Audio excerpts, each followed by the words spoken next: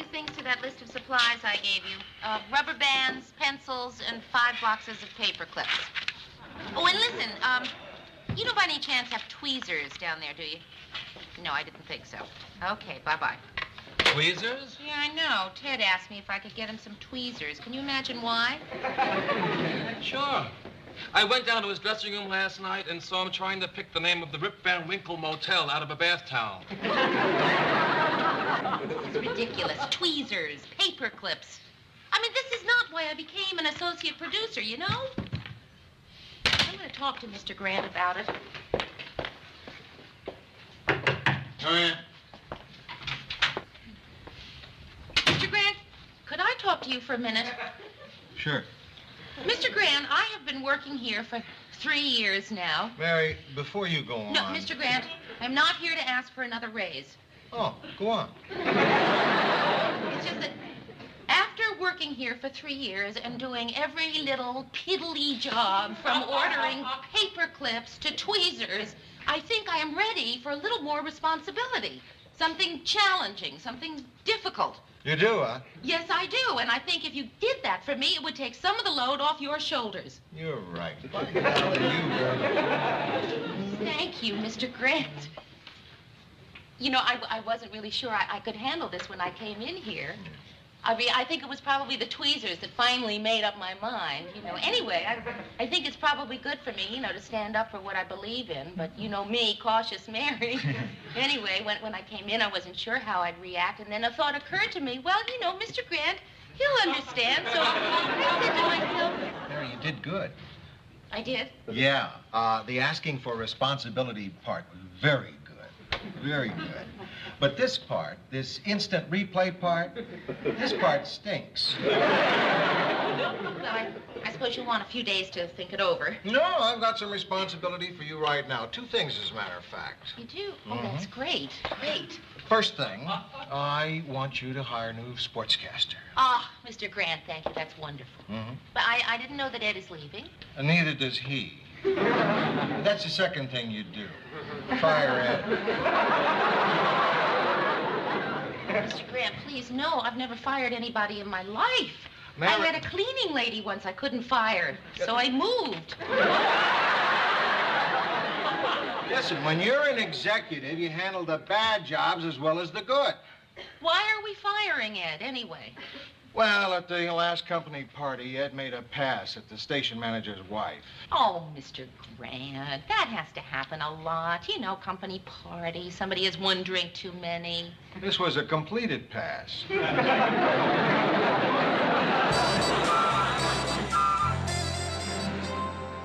Ed, I still don't feel right about having this lunch. I mean, I really just wanted to have a talk with you. Kid, it's okay. I know you weren't fishing for a lunch invitation, but we both had to eat anyway, didn't we? Huh? You want a drink first, Mr. Kavanaugh? Yeah, the usual. I'll have a Bloody Mary. Here. We used to date. She's a little jealous. So, here we are. Ed, this isn't easy for me. Hey, this kind of thing never is. I can dig it. You know, it's funny, all this time I thought you'd been avoiding me. Ed, I want to explain something. Mary, there are some things that don't need explaining. Well, this one does.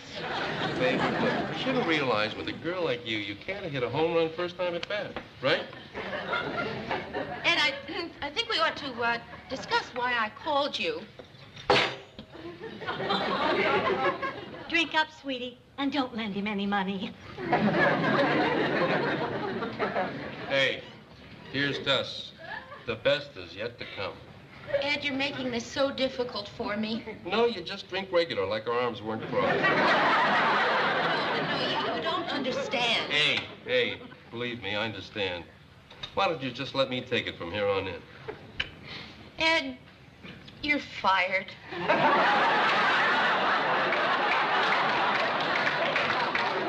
What? You're fired. You're putting me on. No. I mean, you can't fire me. Oh? No, I mean, you're not my boss. Lou's my boss. Right. So how can you fire me? He told me I could. Well, that really stings me. You come down here and you throw yourself at me and then you fire me?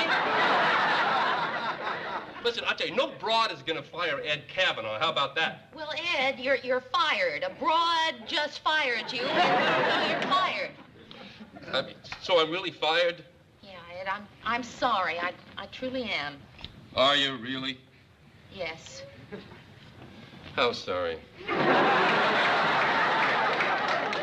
Not that sorry. Listen, Mary, don't you think you should know a little something about sports to hire a sportscaster? I know sports. Hey, will you I'm watch sorry, it? I'm sorry. I know who won the World Series in 1942. Who? Cards over the Yanks in 5 games. No kidding. How'd you know that? Oh, I was on the Late Show the other night, a war movie. You had to know that to get back through the lines. Hey, listen, another qualification you have. You were a cheerleader. Well, Rhoda, I don't think Mr. Grant gave me the job because I was a cheerleader. Mayor, what was it like being a cheerleader? What do you mean, what was it like? Now tell me truthfully. When they formed the human pyramid, you were the one on the top, right? Well, yeah, but, you know, the head cheerleader was always the one that was on the top. Head cheerleader. Mary, you were the You never told me that. Rhoda. The head one. Rhoda, I really should have don't known. think Mary, tell me the duties of the head cheerleader. Rhoda, I do have all this work to do here. No, really, tell me. I mean, did everybody know you were the head cheerleader? Did you wear a significant sweater? You know, something like that? No, Rhoda, I wore the same sweater as everybody else. It's just that the head cheerleader got to... Look, Rhoda, I gotta get this done. Please, you're the only person I know who actually lived my fantasies. You gotta tell me, what did the head cheerleader do? Well, after every touchdown, the head cheerleader got to shoot off this little cannon. Yeah. Gee, in my school in the Bronx, anybody shot off a little cannon, everybody would be against the wall with their hands up. Listen, do a cheer for me. No! Please, Mary, do one for me. Come on, huh? Rhoda, I'll no. leave if you do. Please, just one. We're just the two of us. All You'll do it. right, then you'll leave me alone? Yes, I promise. Okay, let's see. Yo-yo, ski-dot and watten. Yo-yo, ski-dot and watten. Beat 'em, watten dotten. Rah-rah, rah-rah, team. Wow, you did that in front of crowds at the games. Yeah. With gestures and... Right, and pom-poms. How humiliating for you.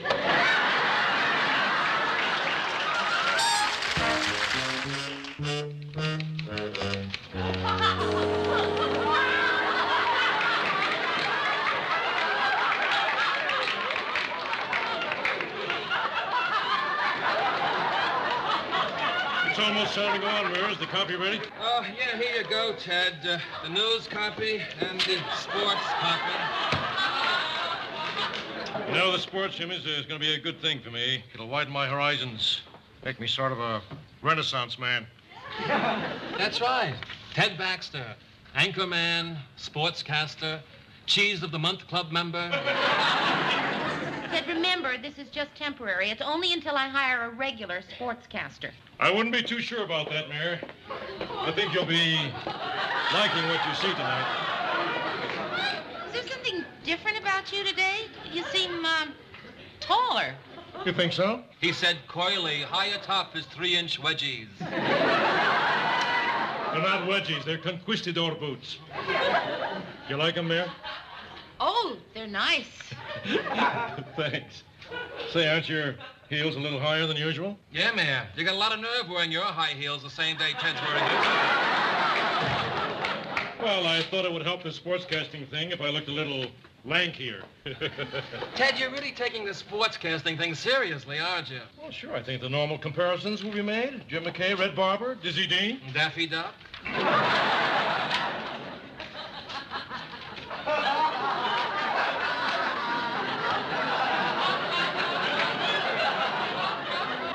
Ted, you all right? Oh, sure, Lou. Why are you weaving around? Who's weaving? Didn't I used to be as tall as you? Well, you got me, Lou. I never noticed those things. Lou, just so you don't think you're shrinking, Ted is wearing his conquistador boots.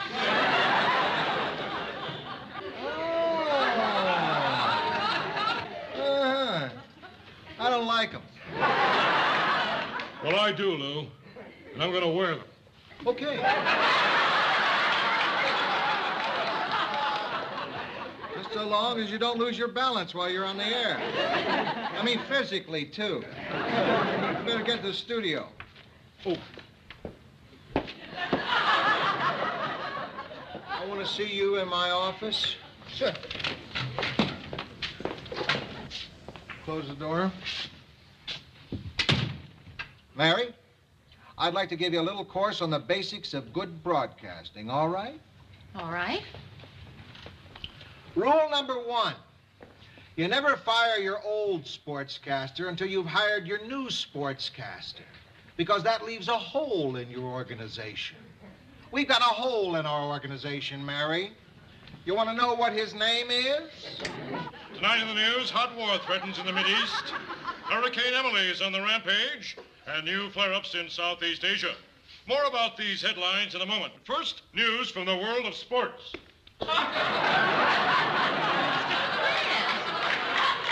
He's leading with the sports. Shh. I'm sure you're all wondering why I'm standing here about to deliver the sports. Well, our regular sportscaster, Ed Kavanaugh, is no longer with us.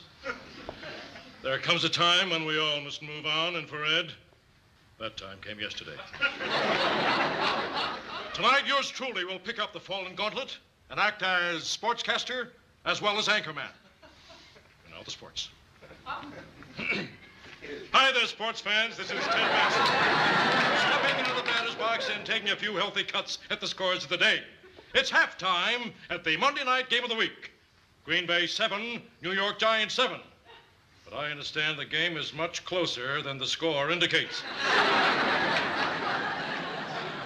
We'll be back with more of the world of sports, but first, back to Ted. Mary? I know. A sportscaster, quick. WLR-TV in Newark? Right. And in addition to my other duties, I had a half-hour show of my own once a week. Oh, that's terrific. May I ask why you left your last position? They fired me and hired a jock. A what? A jock, an ex-athlete. That's what's happening in the business today, you know. Everybody wants to hire a jock. Guys like Don Meredith, Frank Gifford, Maury Wills, Sandy Koufax, Don Drysdale, Tony Kubek. I see. Pee Wee Reese, Jerry Coleman, Phil Rizzuto, Pat Summerall. Mr. Moore? Gail Sayers. Well, Hank, thank you so much for coming in. I do have your number. Now, look, I can deliver for you. And I'm sure you would. You got my tape? Yes, I have, right there in the desk. Hey, you do want to hire a jock, don't you? Yeah, I can tell. I can see it in your face. Hank, I promise you, I haven't decided yet. Say, Mary, I set up a meeting for you with Phil Berenson. Great guy. He used to play linebacker for the Vikings. I knew it. Everywhere I go, it's the same thing. Why do they keep trying to take away my job? Guys like Bill Russell, Jack Twyman, Rayford Johnson, Kurt Cross, Gussie Moran. What was all that about? Jocks. Oh. Listen, about Phil Berenson. It's your decision. The fact that I think Phil's terrific, or that he's a good friend of mine, shouldn't overly influence you. Thank you, Mr. Grant. Or underly, either. One more question. Yes. Did you validate? Sorry. Bet you'd validate if I was a jock. Any calls about Ted's little sports stint last night? Oh, yes. Calls, telegrams. Oh, you're kidding. Do you remember Ted's little Ed's gone away speech? He made it sound like Ed died. These are all telegrams of sympathy. So, how's it going? Did you find your sportscaster yet? No. Oh, Murray, you can't believe what a day I've had. Mr. Grant is pressuring me to hire a friend of his. I've gotten a resume from the elevator operator and 2 mailroom boys. I can't even walk down the hall without somebody begging me to hire them. It's just incredible. I know. That's why I'm not bothering you. That's why I haven't even mentioned the fact that I have an audition tape. Hey, Murray, I'd be glad to listen to it, and I'd love it if it worked out. Oh, thanks, Martha. But look, I want to tell you a few things about it first. Oh, no, it's not any good. Look, I got the scores wrong. I coughed once or twice in the middle. My voice kept fading in and out. I kept running out of breath. I hiccuped and sneezed. But see what you think.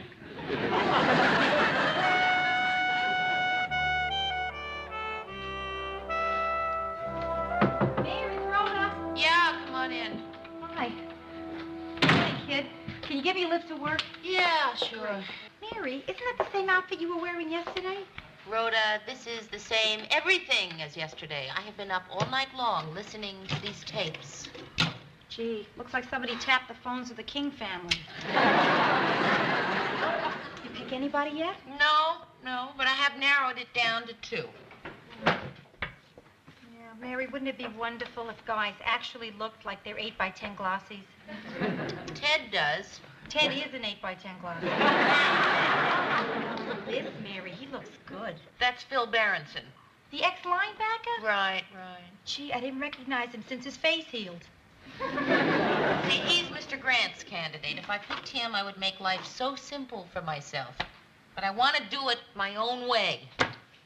Boy, Rhoda, it's such a weird feeling, you know, knowing that every time you say, no, not him, you could be changing a man's whole life. Yeah, I feel that way with guys. Every time I say yes. Oh. Mary, you are absolutely exhausted. Well, Rhoda, it's the first responsible thing he's given me to do, you know, and I don't want it to be just a good choice. I want it to be a great choice. I want it to be the best damn choice anyone at WJM ever made.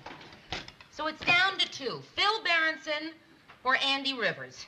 Great. So pick one. I mean, which one do you like the best? Andy Rivers? Then go with him. Okay, I will. It's Andy Rivers. It's Andy Rivers! I've made my decision. It's Andy Rivers. Oh, Rhoda, all night long, wondering, is it Phil Berenson or Andy Rivers? And now I know it's Andy Rivers. Or Herm Bernard. Are you finished with the sports copy? Oh, yeah, it's somewhere in that pile. I just want to go over Andy's copy. Murray, I can't find it. Now, look, there's nothing to be nervous about. Mary, you made the right choice. He's going to do just fine. Do you think so? Yes. Do you really think so? Sure. Yeah, me too. I think he's going to be just wonderful. Murray, this is it? Mm-hmm. Just 3 hockey scores? Well, they were the only games scheduled. What about football? Didn't something happen in football? Mary, today is a big news day. We had to cut down on sports to make room for the important news stories. Well, like what? What's so important? The stock market went up 15 points. Kissinger's on his way to China. And then we have film of the Loch Ness Monster. Murray, I don't think that's so important. Well, and Lou decided he wanted 5 minutes on that new feature he's running, you know, the one on the minorities in the Twin Cities. Oh, Murray, I thought we covered all the minorities in the Twin Cities.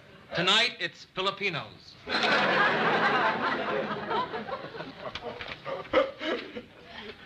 Say, Mayor, that guy you hired, Andy Rivers? I just saw him in makeup. I think you got a real loser there. I think he's gonna bomb tonight. Ted, if you do anything tonight... Hi. Hi, Andy. Hi, we were just talking about you. Andy, have you met Murray Slaughter or Hi, Ryder? Hi, Murray. And you have met Ted? Yes. Say, Andy, I was just wondering, who holds the American League record for most consecutive strikeouts? Well, gee, I don't think I know, Ted. Oh, gee, I guess I'll have to ask someone else, won't I? He calls himself a sportscaster. Andy, here's your copy. It's a little thin. You know, we have these other stories. That's all right, Murray. There'll be other days. He hopes. I guess I better be getting down to the studio, huh? Good luck. Good luck, Andy. Thank you. We'll be rooting for you. Before you go in there, Andy, after I introduce you, remember, you look into camera 3. And whatever you do, don't look into camera 1. That's my camera. Sure, Ted. Ted, this is his first show tonight, so just leave him alone, all right? Tonight is important to him, and it's important to me, so lay off. Murray, I think I hear wedding bells. Glad to stay, or whether or not the... Ted's not going to let him on. Relax. There's 5 minutes left in the show. And that's a look at the Filipino community in the Twin Cities. And weren't they 3 of the nicest people you'd ever want to meet? And now, here's the new guy with the sports. Thanks, Ted. Andy Rivers here with today's action in the world of sports. The North Stars shut out the New York Rangers 2-0. Chicago Blackhawks outshot the Los Angeles Kings 5-3. And the Boston Bruins defeated the Philadelphia Flyers 7-1. And now, back to Ted. Nice job. You made a good choice, Mary. Really good.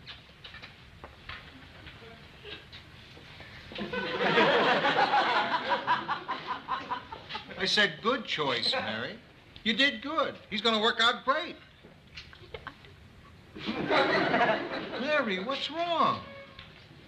5-3, 2-0, 7-1. I worked so hard. 2 whole weeks out of my life, and for what? 5-3, 2-0, 7-1.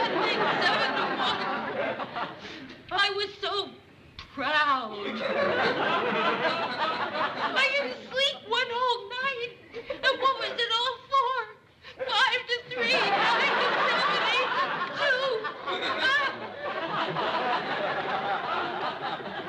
2. Mary, let's go into my office. No calls.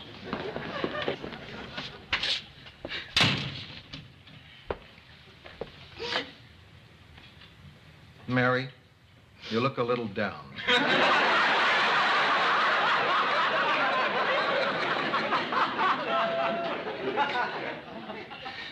I want to see you smiling again. So, Mary, let me tell you about life. We're born, we live, and we die. And you want to know what it all means? Nothing. Nothing? Nothing. Look at Winston Churchill. A great man, right? Maybe the greatest man of the century. Let me ask you this. When was the last time you heard anybody mention Winston Churchill? I don't know. The greatest man of the century, and you don't know. All right. Remember when everyone thought Ed, the sportscaster, had died? Look at this postcard. Read what it says. Sorry to hear about Ed.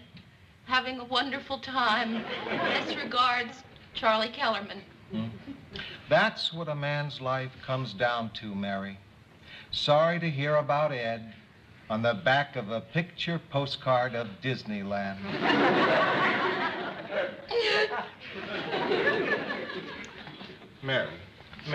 Mary, cheer up. Cheer up. Because in an infinite universe, on a planet the size of a pin, we are mere specks of dust waiting to be blown away. You see what I'm trying to tell you? I see. Good. Thank you very much, Mr. Grant. You're welcome.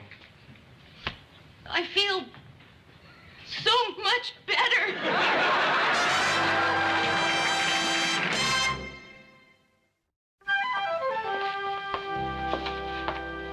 Excuse me, Mary. I was wondering if you're not doing anything, maybe you'd like to go out and have some dinner with me. Andrew, excuse me, I couldn't help but overhearing. Mary, would you hold up your answer for a second? I'd like to talk to Andrew for a minute. Sure. Look, Andy, let me clue you in about Mary. She makes it a policy not to go out with us on-the-air guys. When she first came to the station, I asked her out a couple of times. She turned me down every time. If she won't go out with me, she certainly... Andy, I'd love to have dinner with you. You. Terrific.